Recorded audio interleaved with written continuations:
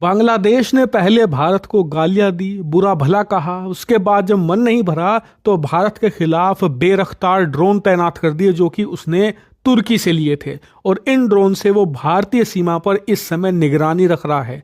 इतना ही नहीं, अब बांग्लादेश इससे भी एक कदम आगे बढ़ चुका है। आप अपनी स्क्रीन पर देखिए, रिपोर्ट्स आई हैं कि बांग्लादेश अब तुर्की से नए टैंक्स खरीद रहा है, वो भी भारी संख्या में। और इतना ही नहीं, ये स्पेशलाइज्ड टैंक है। ऐसा मैं क्यों कह रहा हूं वो मैं आपको बाद में बताऊंगा, लेकिन हैरानी वाली बात तो ये है कि बांग्लादेश इस समय डायर फाइनेंशियल कंडीशन से गुजर रहा है। इनके फॉरेक्स रिजर्व तेजी से कम हो रहे हैं, और ये बात निश्चित है कि इस साल के एंड तक कभी भी बांग्लादेश आईएमएफ के पास लोन मांगने जा सकता है। और आईएमएफ के लोन कितने घातक साबित होते हैं किसी देश के लिए, ये आप पाकिस्तान के साथ होते हुए देख सकते हैं। बांग्लादेश लिटरली एक फाइनेंशियल क्राइसिस में जाएगा। ऐसी स्थिति में बांग्लादेश नए टैंक खरीद रहा है, वो भी तुर्की से। और ये स्पेशलाइज्ड टैंक क्यों है, जो मैंने शुरुआत में कहा था, वो इसलिए कि ये नॉर्मल टैंक्स नहीं है, ये लाइट वेट टैंक हैं। और भारत के खिलाफ ही ये ज्यादातर इस्तेमाल होंगे। वो इसलिए क्योंकि म्यांमार के साथ जो इनका झगड़ा है ना, वहां पर इनकी जमीन अच्छी खासी मिलती हुई है। ऐसे में आप हैवी टैंक भी लेकर जा सकते हो म्यांमार के खिलाफ लड़ने के लिए। लेकिन भारत की जो सीमा है इनके साथ लगती हुई, वो बहुत ही ज्यादा डिफरेंट है। वो बहुत सारे डेल्टा से मिलकर बनी है, बहुत सारी नदियों की धाराएं वहां पर बहती हैं, कीचड़ जैसी स्थिति रहती है, और बहुत सारी छोटी बड़ी नदियां हैं। उन्हें पार कर पाना बहुत ही ज्यादा असंभव होता है किसी भी हैवी टैंक के लिए। लेकिन अगर आपके पास लाइट वेट टैंक है तो आप बड़ी आसानी से उन छोटी जलधाराओं को पार कर सकते हैं। कीचड़ जैसी जो स्थिति होती है वहां पर वो धंसते नहीं हैं।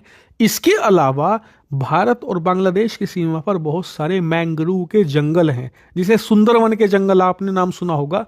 ये दोनों देशों की सीमा पर हैं।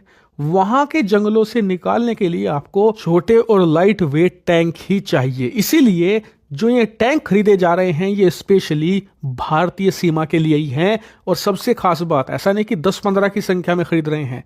रिपोर्ट्स बता रही हैं कि शुरुआत में 26 टैंक खरीदे जाएंगे। जी हाँ, 26 लाइट वेट टैंक कम से कम खरीदे जाएंगे, और जरूरत पड़ी तो उसके बाद और टैंक्स ये लोग लेंगे। इसके अलावा एक चिंता की बात ये भी है कि ये टैंक तो खरीद रहे हैं, लेकिन सबसे बड़ी बात तुर्की से खरीद रहे हैं। तुर्की और भारत की दुश्मनी पिछले 6-7 सालों में कितनी बड़ी है आप अच्छे से जानते हैं।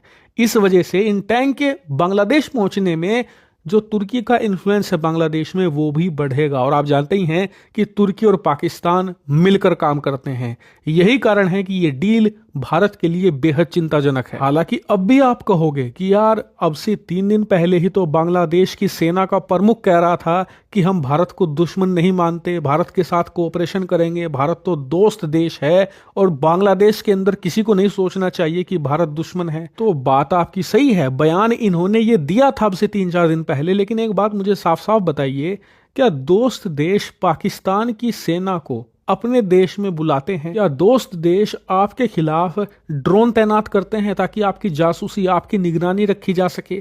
क्या दोस्त देश टैंक खरीदते हैं क्या आपके खिलाफ तैनात करने के लिए, स्पेशली जिन टैंकों को डिजाइन ही किया गया हो भारत जैसी कंडीशन के लिए? या ये वाकई में ही देखने से लगता है कि दोस्त देश जैसे काम है? नहीं, असल में दोस्त देशों जैसे काम होते हैं। स्क्रीन पर आप देखिए, ये बांग्लादेश इतनी घटिया बयानबाजी कर रहा है पिछले कई महीनों से भारत के खिलाफ, भारत को अब्यूज कर रहा है। उसके बावजूद बांग्लादेश जब संकट में पड़ा, उसे चावल की जरूरत थी, तो हमने तुरंत बिना कोई बयानबाजी करे चुपचाप चावल भिजवा दिए। ये होते हैं दोस्तों वाले काम। लेकिन बांग्लादेश कह कुछ और रहा है, कर कुछ और रहा है, और यही कंसर्निंग है। हालांकि आपका इस पूरी सिचुएशन पर जो भी ओपिनियन है, ऑनेस्ट तरीके से कमेंट करके जरूर बताइए।